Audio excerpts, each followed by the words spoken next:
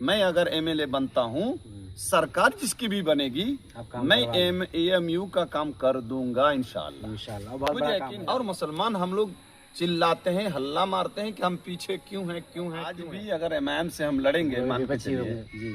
तो एक तो बिरादरी कह के लोग काटते हैं। अच्छा, बिरादरी कह के लोग काटते हैं, अच्छों को वोट नहीं डालते हैं। बड़ी खुशी की बात है कि आज आप हमारे साथ बैठे हैं और हम लोग चाहते हैं कि क्यों ना शेरशाहबादी बिरादरी के लिए, खुसूसन मुसलमानों के लिए बड़ा पैगाम हम दे सकें। तो उसमें आपसे मेरा पहला सवाल ये है कि आप शेरशाहबादी जमात के, शेरशाहबादी ग्रुप के बड़े नेता हैं, माशाल्लाह मजे हुए हैं, तकरीबन 30 साल का तजर्बा है। तो इस इलेक्शन में आप क्या पैगाम देना चाहेंगे अपने इन भाइयों को कि वो कैसे इलेक्शन लड़ें, क्या चीज़ें हों? क्योंकि अभी हम लोग जब रास्ते में आ रहे थे तो आपने कई चीज़ों पर हम लोगों की तवज्जो दिलाई कि और उन चीज़ों के बारे में हमें कोई पता नहीं था, लेकिन आपकी बात सुनने के बाद हम खामोश हो गए। तो एक तो आप ये बताइए कि क्या आप वाकई मजे हुए नेता हैं हमारी शेरशाहबादी बिरादरी के? देखिए, मजे हुए मैं अपने आप को तो नहीं बोल सकता हूँ, लेकिन राजनीतिक में बहुत दिनों से जुड़ा हुआ हूँ, तजर्बा बहुत है और कुछ हद तक जो तजर्बा है उसके बिना पर मैं कुछ बोल सकता हूँ। देखिए, शेरशाहबादी एक मेहनती कौम है और इस कौम को कोई भी हिस्सेदारी नहीं दिया है, राजनीतिक में, शिक्षा में या कहीं भी हिस्सेदारी नहीं मिली है और देना भी नहीं चाह रहे हैं। और इस बिरादरी में कोई भी पार्टी, इस बिरादरी की कमी यह है कि तालीम में भी बहुत पीछे है और कोई भी पार्टी इस्तेमाल किए हैं, इसको आगे बढ़ाने का कोशिश नहीं किया, हिस्सेदारी नहीं दिया है।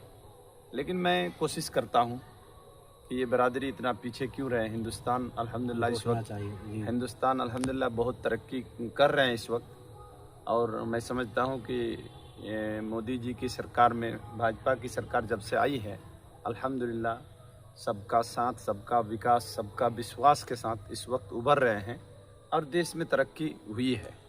तो मैं समझता हूँ, मैं चाहता हूँ कि बिरादरी की भी तरक्की हो, इस कौम की भी तरक्की हो, देश की तरक्की, यानी हर कौम और समाज, बिरादरी, जात की तरक्की, हर जात की तरक्की होगी तभी देश की तरक्की समझी जाएगी। अच्छा अब्दुर्रहमान भाई, मैं दूसरा सवाल आपसे करता हूँ कि 2025 के इलेक्शन में, इससे पहले आप कोचाधामन से बीजेपी से लड़ चुके हैं, तो बीजेपी ही को आपने क्यों चुना?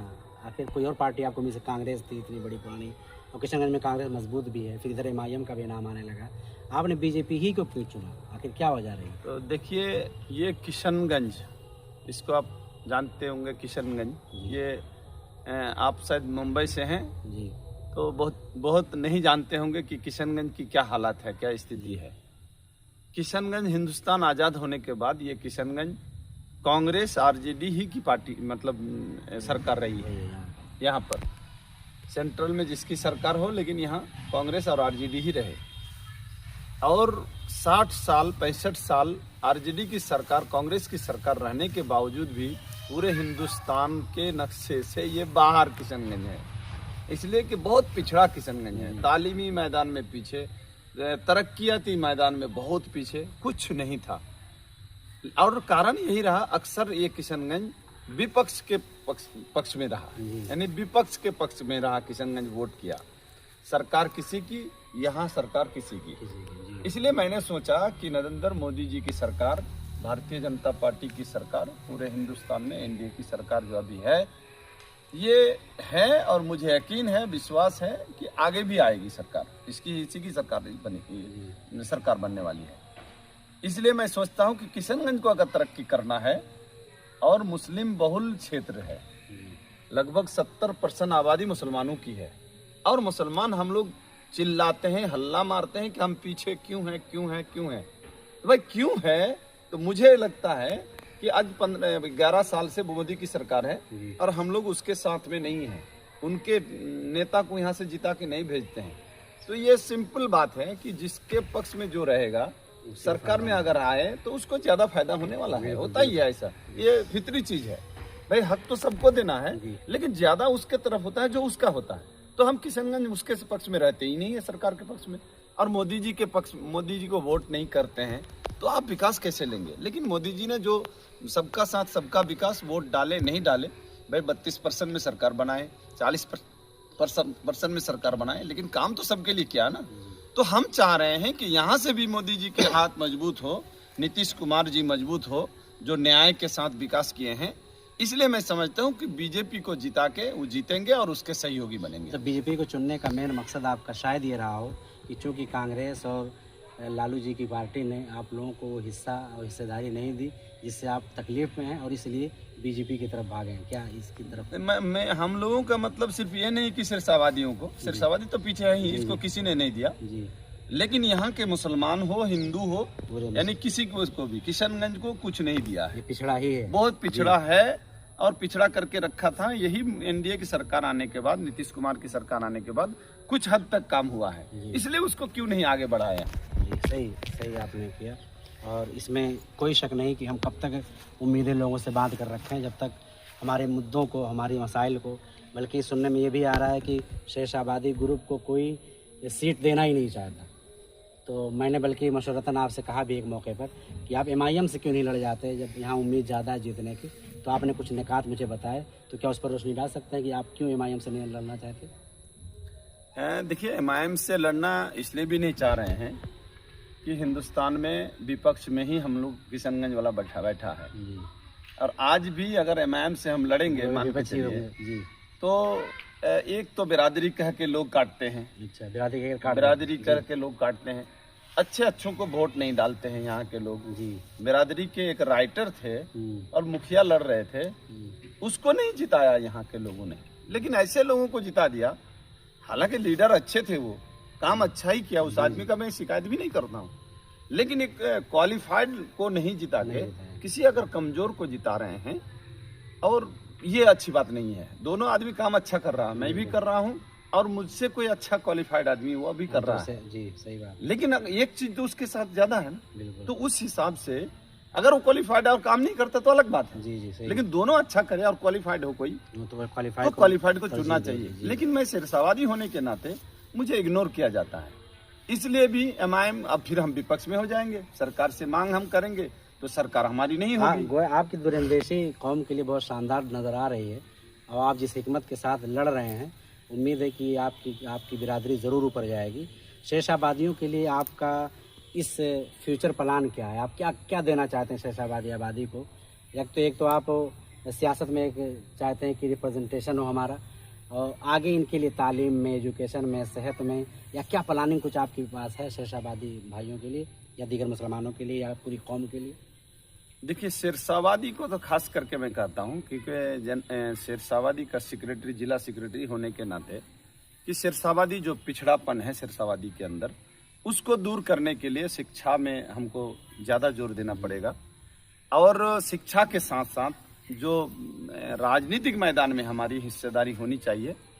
अगर राजनीतिक हिस्सेदारी नहीं होगी तो हम तरक्की नहीं कर पाएंगे। हम शिक्षा को आगे बढ़ाएंगे और हम अगर स्कूल कॉलेज नहीं है हमारे पास, हम नहीं खोल पाएंगे, नहीं ले पाएंगे अपने क्षेत्र में, सिरसावादियों के क्षेत्र में, उसमें नहीं जोड़ पाएंगे तो फिर हम तरक्की भी नहीं कर पाएंगे। इसलिए शिक्षा के साथ साथ राजनीतिक हिस्सेदारी भी जरूरी है, क्योंकि राजनीतिक में नहीं रहेंगे तो ये सब चीज हम नहीं बना पाएंगे। और जहाँ तक सवाल है ये कौम के लिए, और कौम तो खैर है ही, लेकिन इलाके के लिए जो किशनगंज का इलाका है, एक बहुत चला, वो आपने नहीं कहा अभी, मैं ही कह देता हूँ कि एएमयू का जो मामला है, मैं वही अभी सोच रहा था जी, एएमयू का जो मामला है इस वक्त कितने दिनों से पेंडिंग में है, ये किसकी गलती है, इस पर भी नजर सानी करने की जरूरत है। क्योंकि ये गलती अगर हम मानेंगे, मैं लीडर हूँ, मैं विधानसभा का अगर मेंबर चुन के जाता हूँ, विधानसभा में जाता हूँ, अगर हमारे विधानसभा में कोई काम नहीं हो रहा है तो हम सरकार को गाली दे रहे हैं। मैं समझता हूँ हमारी सरकार बने ना बने, मैं अगर एमएलए बनता हूँ, सरकार जिसकी भी बनेगी, मैं एएमयू का काम कर दूंगा इंशाअल्लाह। मुझे यकीन है अल्लाह पर कि मैं कर दूंगा, और यकीन और जज्बात और ईमान के साथ मैं कह रहा हूँ कि मैं करूंगा इंशाअल्लाह। तो गोया की अलीगढ़ मुस्लिम यूनिवर्सिटी जो हिंदुस्तानी मुसलमानों की दिल की धड़कन है, आप उसमें खून की रसाई किशनगंज से भी पहुंचाना चाहते हैं, ताकि यहाँ की मुस्लिम आवाम या आम पब्लिक भी अलीगढ़ मुस्लिम यूनिवर्सिटी से जुड़ सके। और बहुत बड़ी अराज़ी है जिसको हम लोगों ने देखा भी है, जा कर के वहाँ मुशाहिदा किया है, पूरी खुला हुआ मैदान है, लेकिन चूँकि सेंट्रल सरकार की तवज्जो नहीं हो पाती, जिसकी वजह से शिकायतें आ रही हैं। अब्दुर्रहमान भाई का ये कहना है कि मैं इंशाअल्लाह इस काम को ज़रूर कराऊँगा। एक और अहम सवाल ये है कि आप इस वक्त सीमांचल लेवल के सारे मुसलमानों को क्या पैगाम देना चाहते हैं? मैं सीमांचल लेवल के सारे मुसलमानों को ये पैगाम देना चाह रहा हूँ कि हिंदुस्तान इस वक्त तरक्की के राह पे हैं और मोदी जी की सरकार में, एनडीए सरकार में हिंदुस्तान बहुत हद तक तरक्की कर चुके हैं। लेकिन सीमांचल बहुत पीछे था, यानी बहुत पीछे, यानी बिल्कुल 100%। अभी तो रोड वगैरह बहुत शानदार बना दिए नीतीश ये जी ने, एनडीए सारी का, चीजें। नीतीश जी का ये इसको तरक्की कह मानना लीजिए, पड़ेगा। नीतीश जी को मानना पूर्णिया पड़ेगा। एयरपोर्ट का भी मामला देख जी लीजिए। पूर्णिया, अरे इत्यादि जितना वो कह लीजिए जी, आप, जी। ये अल्हम्दुलिल्लाह हो चुका है। और आगे के लिए मैं सिर्फ मुसलमानों को ही नहीं, सीमांचल के हर तबके को, जी। खास करके मुसलमानों को जी। और खास करके शीर्षावादियों को, कि न्याय के साथ जो विकास कर रहे हैं उनका भी सपोर्ट करना चाहिए। जिसने आपको आपके लिए किया है उसकी मजदूरी भी उनको मिलना चाहिए। बिल्कुल। उसका हक जो है आपके लिए किया है तो आपको भी करना चाहिए। मैं यही मैसेज देना चाहता हूँ कि उसने इतना काम किया है तो 5 साल के लिए और मौका दीजिए। जो बाकी काम है हमारा, जो शिक्षा के मामले में जो तरक्की देनी है, सेहत के मामले में जो देनी है, उसके बाद अभी जो महानंदा बेसिन वगैरह जो कटाव का मामला है, ये इस काम के लिए जो आपका यूनिवर्सिटी, जो एएमयू यूनिवर्सिटी नहीं बन रही है, उसके लिए, इन सब कामों को आगे बढ़ाने के लिए, यूनिवर्सिटी उद्योग के लिए, इन सब ये जो 4-5 कामें हैं, रोजगार भी बढ़ेंगे, रोजगार के लिए आपको आपको फिर से एक बार 5 साल के लिए नीतीश कुमार को मौका देना चाहिए। जो बिहार कमजोर था, उसमें सीमांचल कमजोर था, आज उसको कुछ हद तक तरक्की मिली है। और इसमें कोई शक नहीं कि नीतीश जी ने वाकई जिस पैमाने का काम किया और जिस अंदाज का काम हो रहा है, हमारे तो बात साथी जब मुंबई से यहाँ उतरे तो हैरान, इतने शानदार रोड यहाँ भी हैं। आपसे एक बहुत ही पर्सनल सवाल करने जा रहा हूँ। शेरशाहबादी, आल बिहार शेरशाहबादी के आप सेक्रेटरी हैं। मेरा आपसे एक एतराज़ भी कह सकते हैं, आपकी खिदमत में एक अर्ज़ भी कह सकते हैं कि आप लोगों ने क्या कोई ऐसा बनाया है सिस्टम कि आपको पता हो कि हमारे तलबा कितने स्कूलों में पढ़ते हैं, कितने कॉलेजों में पढ़ते हैं, कितनी यूनिवर्सिटियों में पढ़ते हैं, उनका पूरा रेशियो हो। और इसके अलावा हम अलग अलग चौराहों पर या किशनगंज में या अलग अलग बड़े शहरों में उनके लिए कोचिंग सेंटर का क़याम, उनके लिए हॉस्टल का क़याम। क्यों मैं ये कह रहा हूँ? क्योंकि सबसे ज़्यादा बिहार ही से सिविल सर्विसेज क्रैक होते हैं, IAS और IPS से ज़्यादा यहाँ बनते हैं। हमारी आपकी बिरादरी आखिर इसमें पीछे क्यों है? क्या कहीं ना कहीं आप जैसे नुमाइंदा हजरात इन बारीकियों पर ध्यान नहीं दे पा रहे हैं? क्या इसकी कमी है या क्या प्लान है आपका इन बच्चों के लिए, तलबा के लिए? देखिए, शेरशाहबादी का जहाँ तक सवाल है, ये तालीमी मैदान में बहुत पीछे थे।